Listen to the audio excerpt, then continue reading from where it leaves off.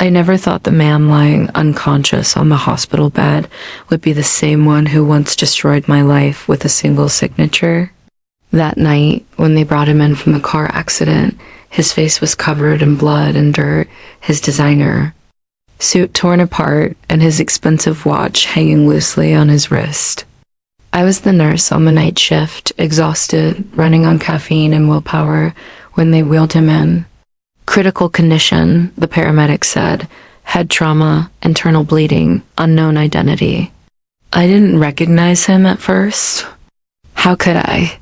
He looked nothing like the arrogant billionaire who once stood in front of me in a glass office tower, firing me in front of everyone like I was nothing. Back then, I was Emily Ross, an assistant in the finance department of his company, trying to build a future for my sick mother. One mistake, one misfile during a merger, and I was humiliated, blacklisted, and tossed aside. I had begged him for mercy that day, but he'd only looked at me with cold, bored eyes and said, "Business doesn't have room for the weak." Now, years later, those same eyes were swollen shut, his life hanging by a thread, and it was my hands, the hands he once dismissed, keeping him alive. The irony twisted in my chest like a knife. As I adjusted the oxygen mask and checked his pulse, I felt something heavy inside me, not revenge, not satisfaction, just a strange ache. He was helpless, vulnerable, and I was the only one standing between him and death. When my shift ended, I stayed. Something in me refused to walk away. "He has no family listed," the doctor said quietly. "No one's come for him." I looked at the man lying there, unaware that fate had brought us together again in the most unexpected way.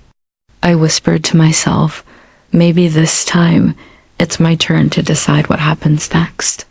Little did I know, saving him would change everything, not just his life, but mine too. Because when he woke up, he wouldn't remember who he was, and I wasn't ready to tell him.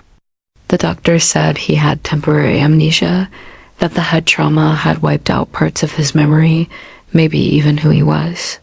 When he finally opened his eyes 3 days later, they were no longer the cold, calculating eyes I remembered. They were lost, soft, almost frightened. Where am I?" he asked in a weak voice. I told him he was in St. Mary's Hospital, that he had been in an accident, and that I was the nurse assigned to his care. He tried to sit up, wincing in pain, and I gently pushed him back. "Easy," I said. "You need rest." He blinked at me for a long moment before whispering, "Who am I?" That question hit me harder than I expected. I looked at him, this man who once dismissed me like trash, and for a second, I didn't know how to answer. I could have told him the truth. I could have said, "You're Nathan Hale, the billionaire CEO who ruined my life." But instead, I said, "You're a man who survived something terrible. That's all that matters right now." He smiled faintly, as if clinging to that small kindness. Over the next few days, I watched him struggle to remember basic things: how to use a spoon, how to button his shirt, how to walk without collapsing. Each time he failed, he'd look up at me with those confused, helpless eyes, and something inside me softened. He wasn't the monster I remembered, not in this state. When I came in one morning with his breakfast, he smiled and said, "You stayed late again, didn't you? You look tired." I laughed quietly. "I've been through worse." He chuckled, then winced in pain. I helped him adjust his pillow, and for the first time, his hand brushed against mine. "Thank you for not giving up on me," he said softly. I froze, words catching in my throat. How could I tell him I had every reason to? Instead, I just nodded and walked out of the room, my heart pounding. Outside, I leaned against the wall, trying to calm the storm in my chest. I had sworn to never let him affect me again, but the truth was, I already cared more than I wanted to admit. Days turned into weeks, and Nathan's recovery became part of my daily routine. He'd wait for me each morning with a hesitant smile, always trying to help despite his weakness. "I want to remember," he'd say, frustration shadowing his voice. But every time I try, it's like my mind hits a wall. I reassure him, hiding the truth I carried like a burning secret. Every time he looked at me with trust, it twisted something inside me. I remembered the boardroom where he'd fired me, the way everyone had stared as he tore apart my dignity. But when I saw him now fragile, kind, struggling to rebuild himself, it was hard to hate him. One afternoon, he asked me to walk with him outside the recovery ward.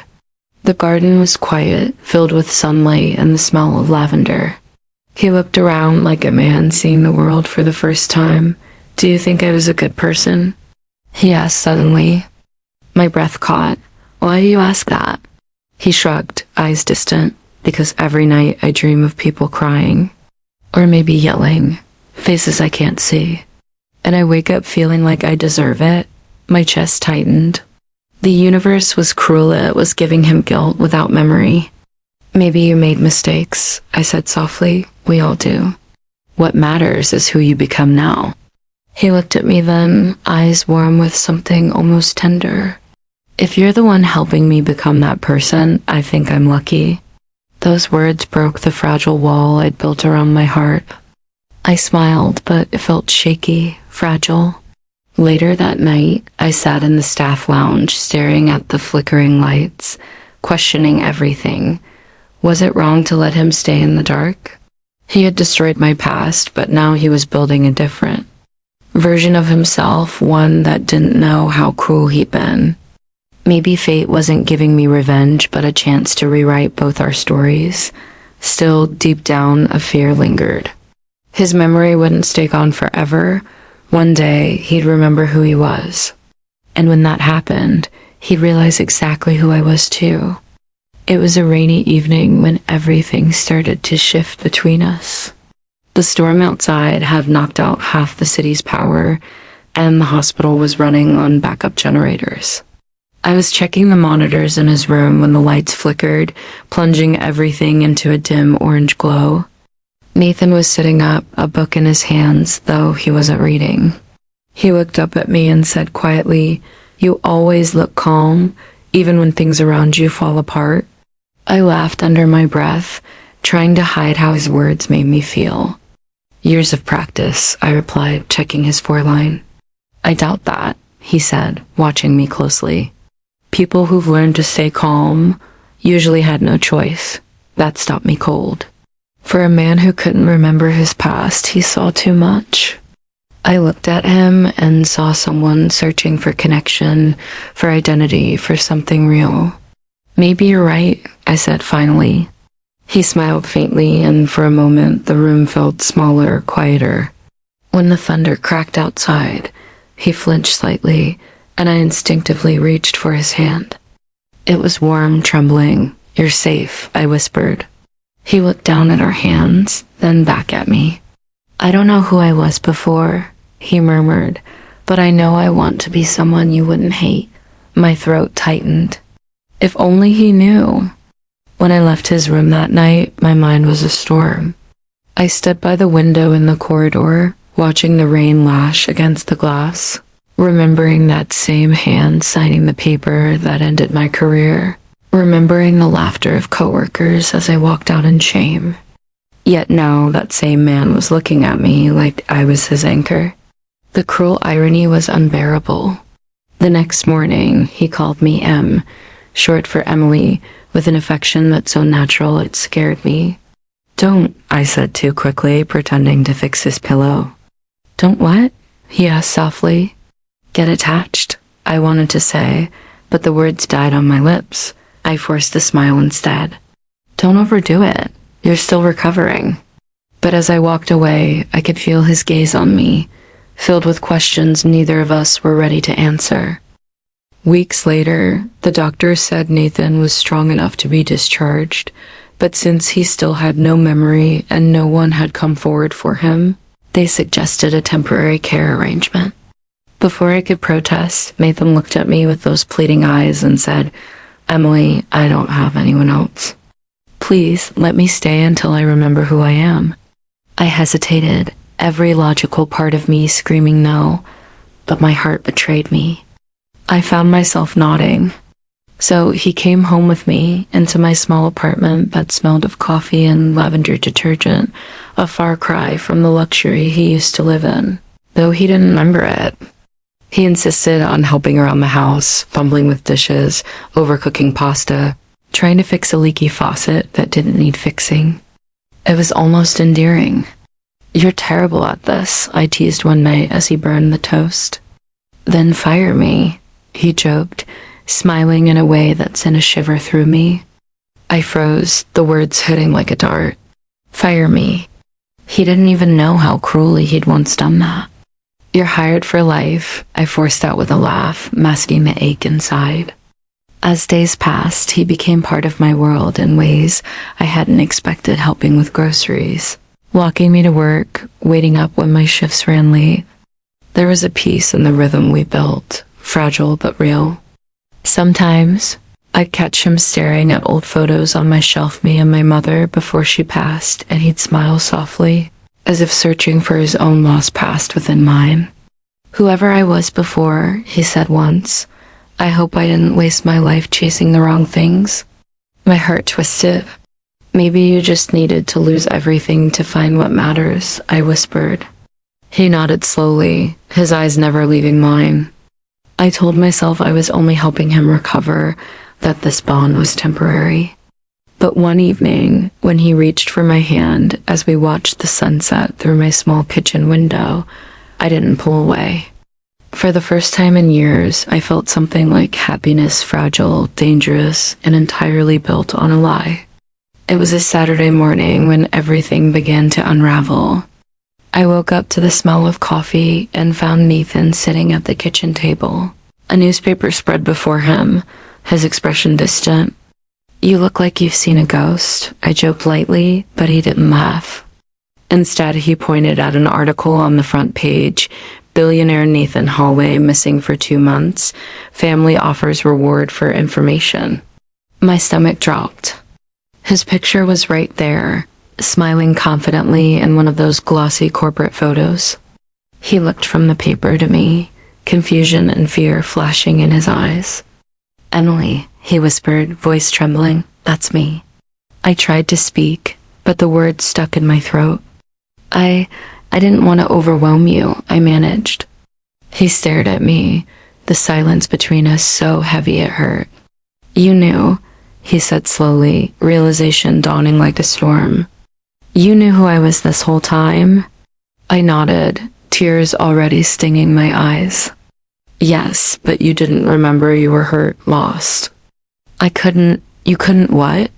He snapped, slamming his hand on the table. "Tell me the truth." The softness I'd grown used to vanish in an instant. It was as if the old Nathan, the ruthless one, had flickered back to life. "Do you have any idea how insane this is?" he demanded. "You let me live here, let me?" He stopped mid-sentence, looking at me with something raw in his eyes, something like betrayal. "Did you hate me that much? Were you punishing me?" My voice cracked as I said, "No, Nathan, I was trying to help. You ruined my life once, yes, but I couldn't just let you die." He stared at me like he didn't recognize me anymore. "Emily Ross," he whispered, the name falling from his lips like a curse he finally remembered. "You're the girl I fired?" I nodded, tears spilling now. "Yes, the one you humiliated. The one you said wasn't strong enough for your world." His face paled, memories flashing across his expression like lightning. He stumbled back, gripping the counter. "What have I done?" he murmured. But before I could answer, he walked out the door without another word, leaving me standing there in silence, surrounded by everything we'd built and everything that had just shattered. The days after he left felt like living inside an echo, every sound hollow, every silence louder than it should have been. His coffee cup still sat on the table, the jacket he always forgot to hang still draped over the chair. I went to work, smiled for patience, and pretended nothing was broken, but inside I was unraveling. I told myself it was for the best. He'd go back to his glass towers, his billion-dollar meetings, his perfect world. and I'd stay here ordinary, invisible, safe.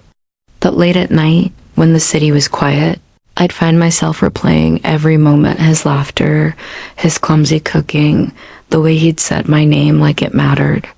Then one evening, a black car pulled up outside my apartment. I froze by the window as Nathan stepped out, back in his tailored suit, his hair perfectly combed, every trace of the man I'd cared for replaced by the billionaire I once feared. He knocked on my door, and my heart pounded so hard it hurt. When I opened it, he looked at me for a long moment before saying softly, "You were right. I wasn't a good man." I swallowed hard, unsure what to say. "You remembered everything?" I asked. He nodded. "Every word. Every cruel thing I said. The way I made you beg for your job. And still, you saved me." His voice broke slightly, and for a second, the cold mask slipped. "Why?" he asked. "Because it was the right thing to do," I whispered. "You didn't deserve to die, even if you once made me feel like I didn't deserve to live." He stepped closer, searching my face like he was trying to understand something he'd never known before. "I can't undo the past," he said, "but I want to make it right." I shook my head, tears blurring my vision. "You don't owe me anything, Nathan. You don't need to fix what's already gone." He looked down, then reached into his pocket and handed me an envelope. "It's not money," he said quickly. "It's a letter. Just read it when you're ready." And before I could respond, he turned and walked away again, leaving the faint scent of his cologne lingering in the air and 1,000 questions burning inside my heart. I didn't open the letter that night. It sat on my kitchen counter, staring at me like a ghost I wasn't ready to face. Every time I reached for it, fear stopped me, fear of what he'd written, fear of feeling too much again. It took 3 days before I finally tore the envelope open. His handwriting was sharp but shaky, like it carried the weight of a man trying to undo years of arrogance. "Emily," it began, "there are things I've built that I'm no longer proud of. My empire, my success, they were all walls I built to keep myself from feeling small. You showed me what real strength looks like, not by fighting me, but by forgiving me when I didn't deserve it. I can't change what I did to you, but I can give back what I took. Enclosed is something that should have been yours: your position, your career, your dignity." My hands trembled as I found the document tucked inside an official reinstatement letter, with my name at the top and his signature below it. My old position had been restored, only this time it came with a promotion. I didn't know whether to laugh or cry. I went to the window and looked out at the city lights, feeling a strange mix of gratitude and heartbreak.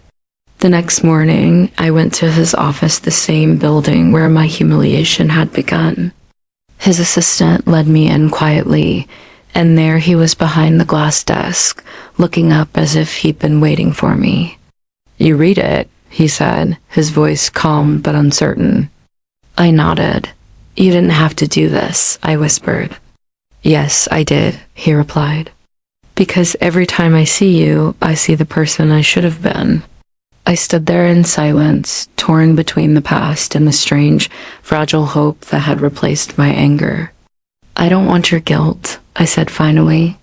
"I just want you to be better than the man who once fired me." He smiled, not the proud, practiced smile I remembered, but something softer, real. "Then let me start with that," he said quietly. For the first time, the air between us felt lighter, not as enemies, not as strangers, but as two people who had finally found the courage to face the truth. After that day, things changed, not instantly, not magically, but in quiet, unexpected ways. Nathan began showing up at the hospital where I worked, not as a billionaire surrounded by reporters, but as a man volunteering in the patient recovery wing. The staff whispered, surprised to see the Nathan Hale way, rolling wheelchairs and folding sheets beside nurses. "You're full of surprises," I told him one afternoon as we stocked supplies. He smiled faintly. "You taught me what it feels like to be useful without needing a reward." I didn't know what to say, so I just smiled back. There was still an invisible line between us, something unspoken that neither of us dared to cross.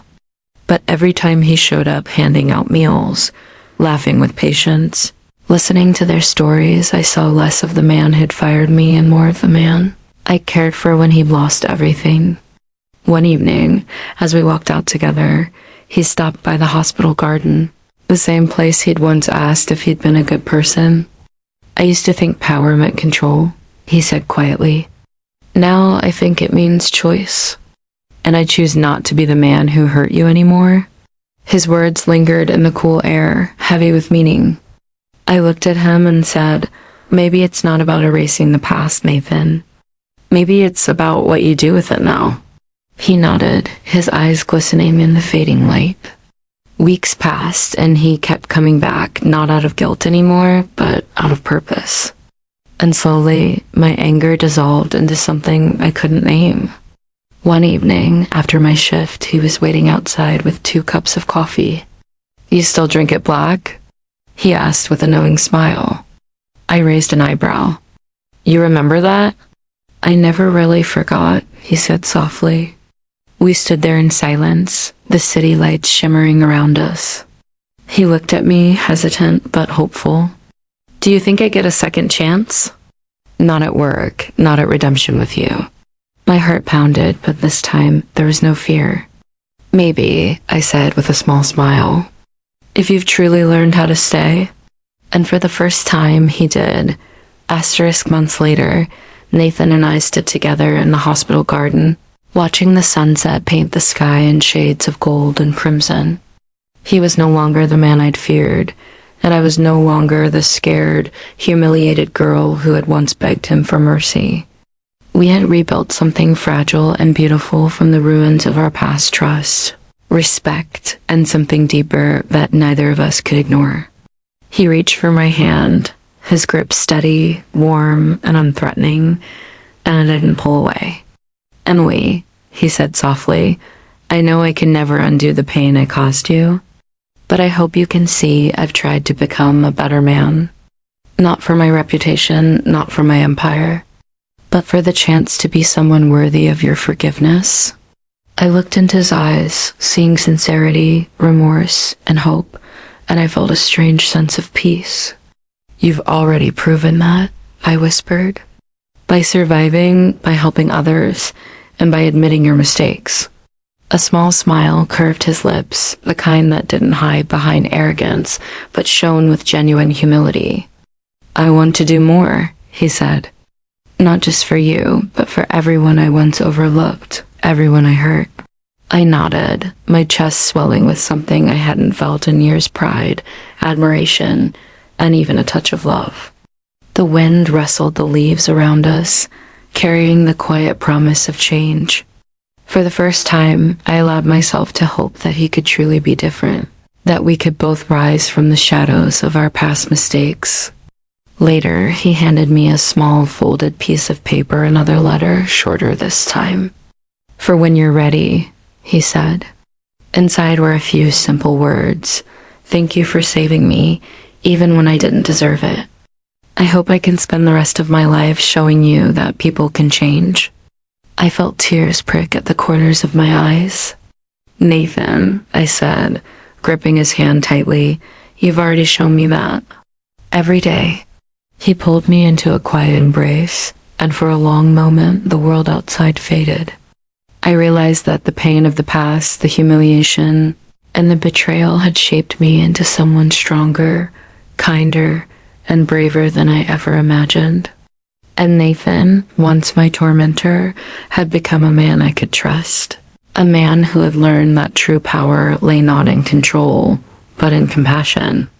As we stood there, side by side, I knew that life had given us a second chance not to erase the past, but to build a future together, forged in forgiveness, resilience, and the undeniable strength of the human heart.